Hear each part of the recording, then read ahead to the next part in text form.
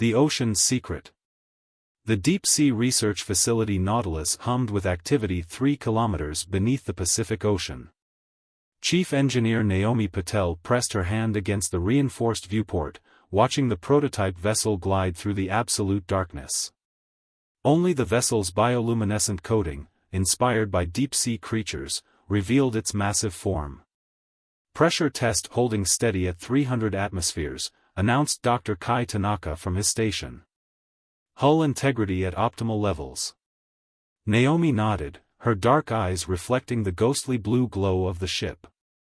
5 years ago, when the Hegemony's massive fleet appeared in Earth's orbit, they had expected humanity to fold immediately. Instead, they had given Earth's greatest minds the motivation they needed to revolutionize human technology. Begin metamaterial transition, she ordered, her voice steady despite her racing heart. This test would either validate years of research or send them back to the drawing board. The massive vessel's hull began to shimmer, its surface rippling like liquid mercury as the revolutionary smart metal adjusted its molecular structure. Transition successful, Kai reported, excitement bleeding into his professional tone. The new biomimetic configuration is holding. We've done it, Naomi. The ship can now withstand both crushing ocean depths and the vacuum of space. Before Naomi could respond, the facility's quantum communications array activated. A holographic projection materialized in the center of the command center, showing Fleet Marshal Dasha Volkov's stern face. Chief Engineer Patel, I trust I'm not interrupting anything critical? Not at all, Marshal. We've just completed successful testing of the Leviathan-class vessel's pressure adaptation systems. Volkov's expression remained serious, but Naomi caught the slight upturn at the corners of her mouth. Excellent timing. The Hegemony's Supreme Commander is making an unscheduled visit to Earth.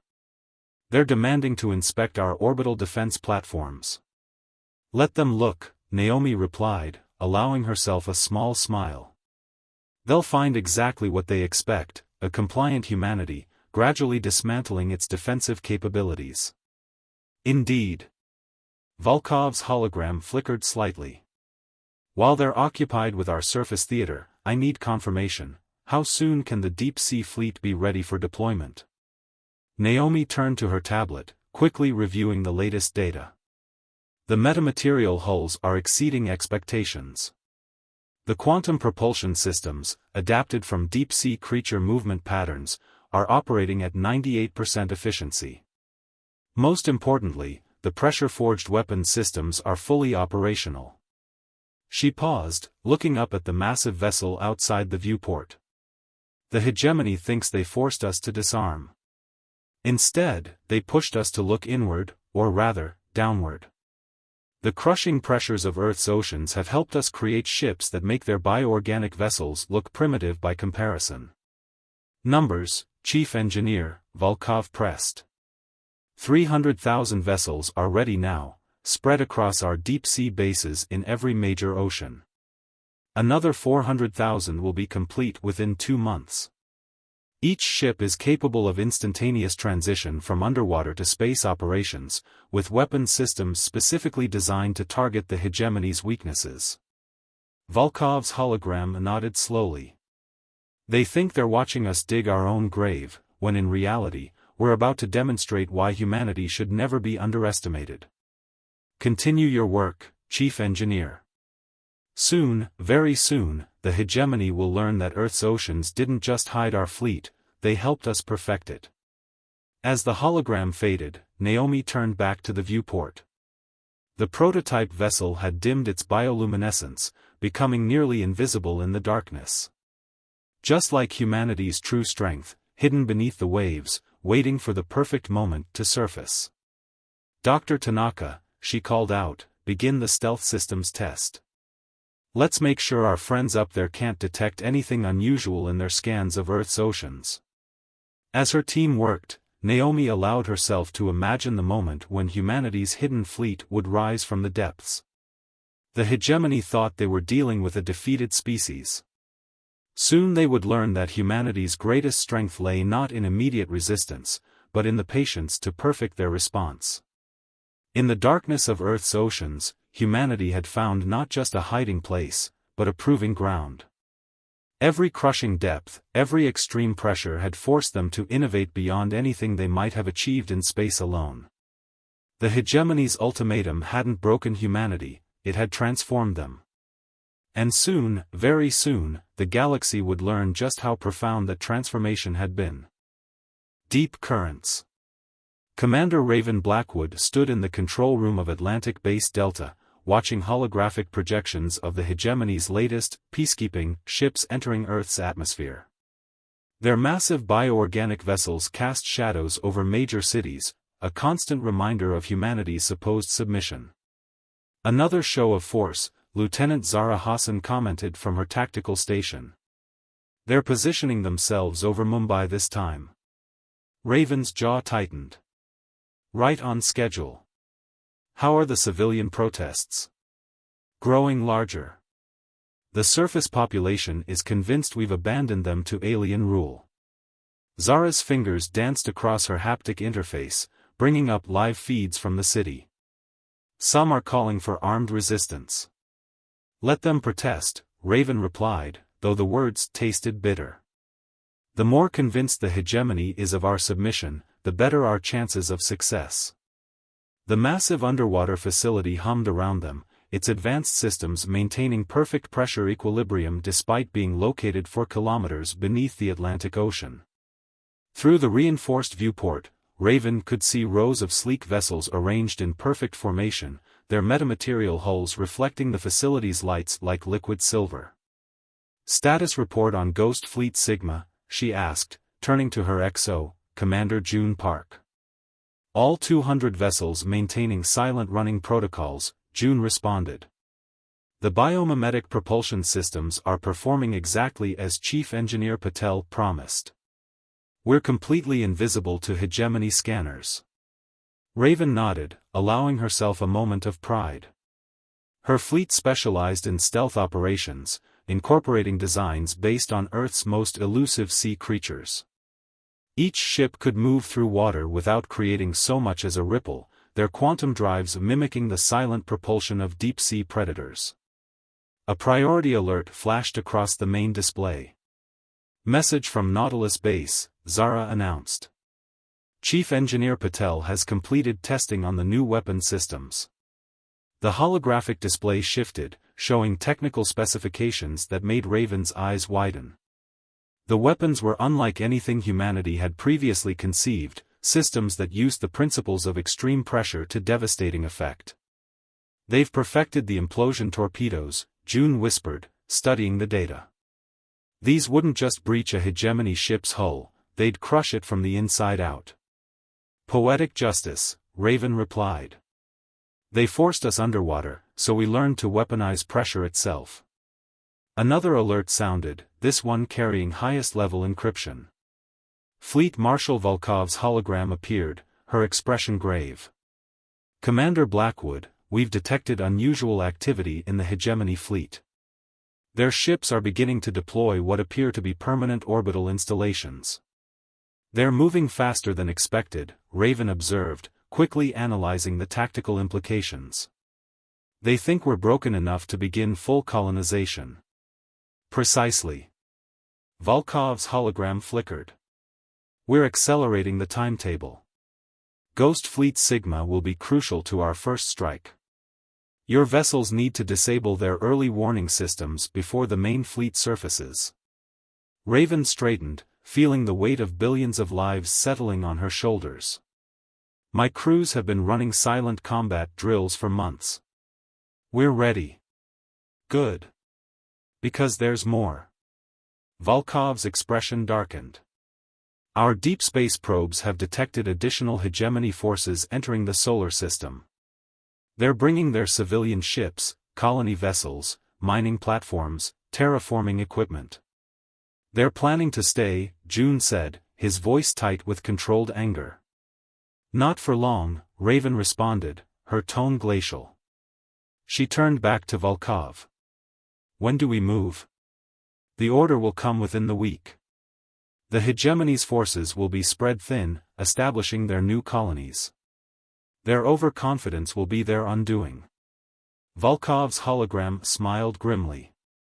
Humanity didn't just hide beneath the waves, Commander. We evolved there. After Volkov's hologram faded, Raven moved to the viewport, watching her fleet of Predator ships waiting in the darkness. Each vessel was a masterpiece of human engineering, incorporating lessons learned from millions of years of deep-sea evolution. The hegemony thought they were technologically superior, but they had never needed to adapt to the crushing pressures of an ocean world. Begin final combat preparations, she ordered. I want every ship and crew member ready to move the moment the order comes. The hegemony thinks they've seen humanity at its weakest.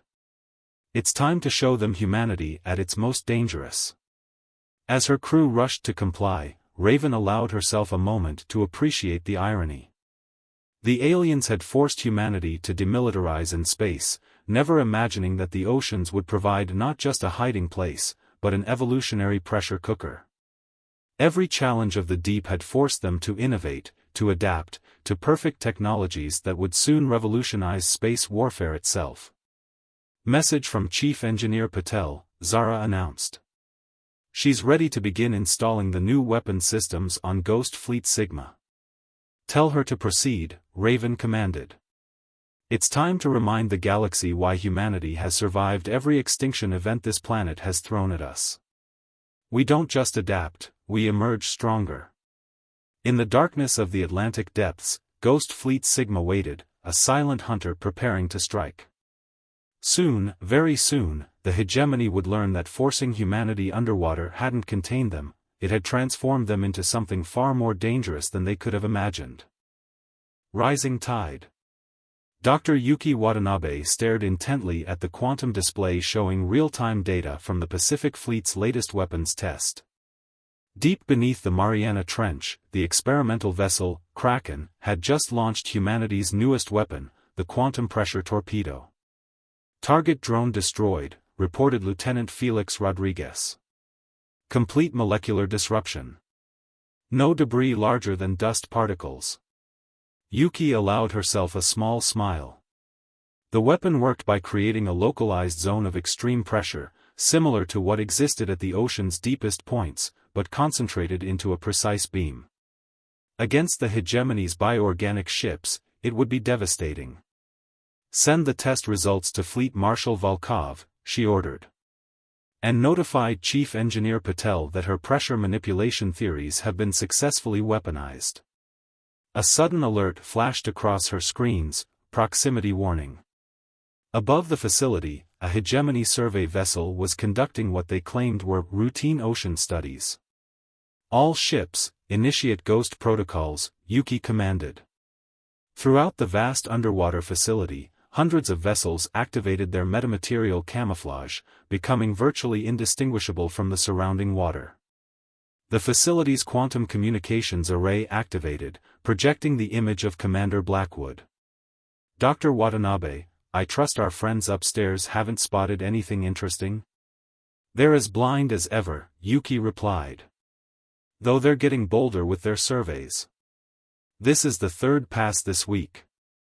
They're looking in the right place, just with the wrong technology. Blackwood's hologram flickered slightly. How are the final weapon installations proceeding? Yuki brought up the latest progress reports. Ghost Fleet Sigma is fully equipped. Pacific Fleet will be combat ready within 48 hours. The quantum pressure torpedoes are exceeding all performance metrics. The hegemony thinks they're studying Earth's oceans for resources, Blackwood mused. They have no idea they're floating above the greatest arsenal in human history. A second alert cut through their conversation, this one carrying highest priority encryption. Fleet Marshal Volkov's hologram appeared, her expression tense. New development. The Hegemony Supreme Council has just announced their final integration timeline. They're moving faster than anticipated. Yuki felt her heart rate increase. How long? They plan to begin full planetary integration within 72 hours. Their civilian fleet is already entering the system. Volkov's image stabilized. Dr. Watanabe, is the Pacific Fleet ready for immediate deployment if necessary? Yuki quickly analyzed her data. The ships are ready. The crews have been running combat drills in secret for months. The only question is whether the hegemony's orbital defense grid has any vulnerabilities we can exploit. They're about to give us one, Blackwood interjected. Their integration ceremony will require them to reduce power to their defensive screens to allow for the mass landing of their civilian ships. It's meant to be a show of trust. And it will be their undoing, Volkov concluded. Begin final preparation sequences. When the signal comes, you'll have perhaps 30 seconds to surface your entire fleet before they can raise their defensive screens. After the holograms faded, Yuki moved to the facility's main viewport. Through the reinforced transparisteel, she could see rows upon rows of advanced warships, each one a perfect fusion of deep-sea adaptation and space warfare capability.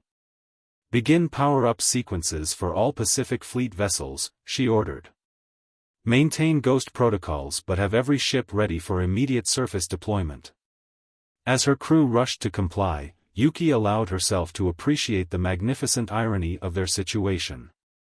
The hegemony had forced humanity to look to the oceans for sanctuary, never realizing that the extreme pressures of the deep would forge their ships into something far more formidable than traditional space vessels. Message from Atlantic Base Delta, Lieutenant Rodriguez announced. Ghost Fleet Sigma is moving into position for the first strike. Acknowledge receipt, Yuki replied. And send word to Chief Engineer Patel, her pressure-forged hulls are about to face their ultimate test. The vast underwater facility hummed with suppressed energy as hundreds of ships prepared for combat. Each vessel was a testament to human ingenuity, incorporating lessons learned from Earth's most extreme environment.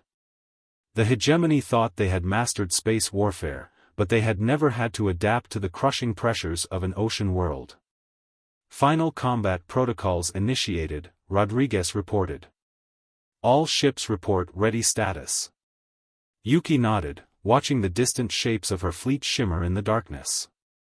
Soon, very soon, the hegemony would learn that forcing humanity underwater hadn't contained them, it had transformed them into something far more dangerous than they could have imagined. In the crushing depths of Earth's oceans, humanity hadn't just survived, they had evolved. And when they finally surfaced, the galaxy would never be the same. Through the viewport, a hegemony survey ship passed overhead, its sensors probing the depths below. But like all the others before it, it detected nothing but normal ocean readings. The greatest military force humanity had ever created remained invisible, waiting for the perfect moment to reveal itself. And that moment was coming very, very soon. Breaking surface. The orbital command center of the hegemony integration fleet buzzed with activity as Supreme Commander Vexthor supervised final preparations for humanity's formal incorporation into the Empire. His bioorganic command chair pulsed in sync with his elevated excitement. Begin the integration ceremony, he commanded, his translator converting his chittering speech into standard Earth languages. Let us show these humans the glory of joining our enlightened civilization. Below, Earth's oceans sparkled beneath the afternoon sun. Thousands of hegemony ships descended through the atmosphere, their massive forms casting shadows over the planet's major cities. The sight of their civilian colony ships emerging from hyperspace was meant to inspire awe and submission. Little did they know what truly waited beneath those peaceful-looking waters. Deep beneath the Pacific Ocean, Chief Engineer Naomi Patel watched the final countdown on her quantum display. All fleet commanders, prepare for simultaneous emergence. Synchronize quantum drives on my mark.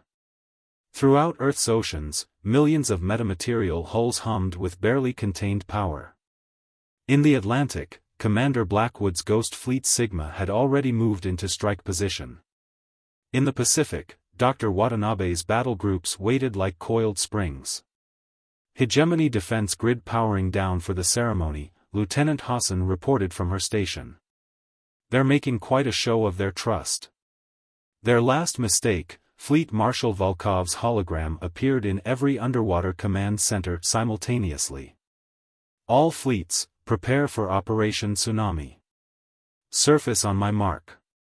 Above, Supreme Commander Vexthor spread his upper limbs in a gesture of benevolent authority. People of Earth, witness the beginning of your glorious future. Lower the defense grid. Show them our trust is genuine. The massive energy shields protecting the hegemony fleet flickered and died. Thousands of civilian ships began their descent, their sensors focused upward toward space, never thinking to look down at the oceans below. Now. Volkov's command cut through every channel. The ocean's surface exploded. Millions of ships burst from the waves simultaneously, their metamaterial hulls shedding water like liquid mercury. The sight was beyond anything the hegemony had ever witnessed, an impossible armada emerging from what they had thought was simply a primitive world's ocean. By the first ones, Vexthor chittered in shock. Raise the shields. Battle stations. But Ghost Fleet Sigma had already struck. Commander Blackwood's stealth vessels, surfacing directly beneath the hegemony's command ships, launched their quantum pressure torpedoes. The weapons created localized zones of crushing pressure, causing bioorganic hulls to implode. Multiple confirmed kills, Blackwood reported calmly. Their command structure is in chaos. Dr. Watanabe's Pacific Fleet emerged next, their advanced ships forming perfect combat formations before the hegemony could even begin to respond. Targeting their civilian vessels, she reported. Non-lethal containment protocols engaged.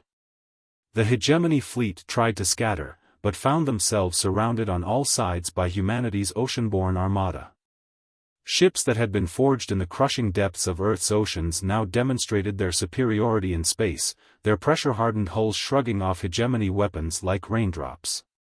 Impossible, Vexthor's translator glitched with his panic. Their technology, it surpasses even the ancient ones. How did they hide this? You gave us exactly what we needed, Chief Engineer Patel's voice cut through all channels. Time and motivation. You forced us underwater, so we adapted. Every crushing depth became a forge. Every pressure became a teacher. The hegemony's mighty fleet, which had subjugated 100 worlds, found itself trapped between hammer and anvil. Above, humanity's ships controlled orbital space. Below, more vessels continued to surface, their metamaterial hulls gleaming with deadly purpose. Supreme Commander, Fleet Marshal Volkov's voice was cold. I believe it's time to discuss new terms. Your empire forced us to demilitarize in space. You never said anything about the oceans. As the reality of their situation became clear, the hegemony commanders faced a truth they had never considered. In pushing humanity into the oceans, they had not contained them, they had forced them to evolve into something far more formidable than any spacefaring civilization. The water itself had taught humanity its greatest lessons. And now, those lessons would reshape the galaxy itself. 1 month after Operation Tsunami, Fleet Marshal Volkov stood in the newly established Terran Defense Council chamber, watching holographic displays of hegemony ships departing Earth's solar system. Their once mighty armada, now reduced to less than half its original size, limped away in defeat. The last of their civilian colony ships have been escorted beyond Neptune's orbit, Commander Blackwood reported. Ghost Fleet Sigma is maintaining surveillance to ensure they don't try anything desperate. They won't, Chief Engineer Patel said, stepping forward to join them. The quantum pressure torpedo demonstrations convinced their High Council that further conflict would be unwise. The chamber's main display shifted to show the dramatic changes across the solar system. Where once hegemony ships had dominated Earth's orbit, now humanity's ocean-borne fleet maintained watch. Their metamaterial hulls gleamed in the sunlight, a constant reminder of how completely the balance of power had shifted. Status report on the deep-sea facilities? Volkov asked, turning to Dr. Watanabe.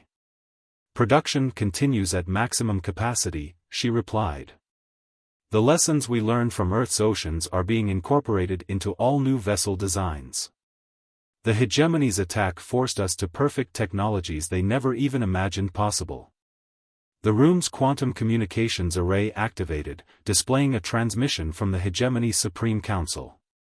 Their new leader, chosen after Vexthor's disgrace, appeared notably more subdued than his predecessor. The hegemony formally acknowledges Earth's sovereign status, the alien leader announced, its translator struggling to convey the complex emotions in its voice. We request the establishment of diplomatic relations on equal terms. Equal terms, Volkov repeated, allowing herself a small smile. Such a different tone from your ultimatum 5 years ago. We have learned costly lessons about underestimating other species, the hegemony leader admitted. Your adaptation to deep-sea environments has produced capabilities that surpass our understanding. Several of our member worlds are requesting technical exchanges. Interesting how quickly the word submission disappears when the pressure is applied, Commander Blackwood observed dryly. The meeting concluded with the establishment of new diplomatic protocols. As the transmission ended, Volkov turned to her assembled commanders. The galaxy's balance of power has shifted. Humanity's forced retreat into the oceans has become our greatest advantage. They thought they were containing us, Patel agreed, bringing up schematics of their latest vessel designs. Instead, they pushed us to evolve beyond anything they could have predicted. Every challenge the ocean presented became an opportunity for innovation. The display showed their newest class of ships, incorporating both deep-sea adaptation and space warfare capabilities. The vessels could transition seamlessly between ocean depths and vacuum, their pressure-forged hulls virtually indestructible by conventional weapons. The hegemony's scientists are still trying to understand how we managed it, Dr. Watanabe added. They can't comprehend how we turned ocean pressure into a technological advantage. Let them wonder, Volkov replied. Sometimes the greatest strength comes from being forced to adapt to extreme conditions. Humanity didn't just survive in the oceans, we transcended our limitations. Outside the chamber's viewport, the Pacific Ocean sparkled beneath the setting sun.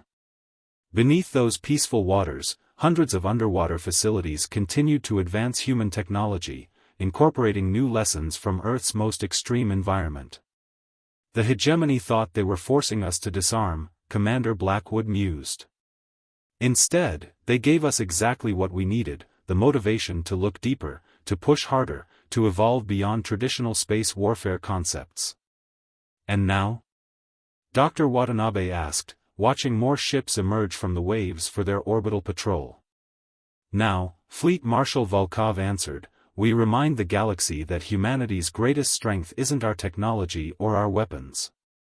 It's our ability to turn any challenge, any pressure, into an opportunity for growth. As the sun set over the Pacific, Earth's ocean-borne fleet maintained their vigilant watch. The ships, forged in the crushing depths of Earth's oceans, stood as testament to humanity's ultimate truth. Attempting to contain them only forces them to evolve into something far more formidable than their opponents could ever imagine. The water had taught them well. And those lessons would ensure humanity's place among the stars for generations to come.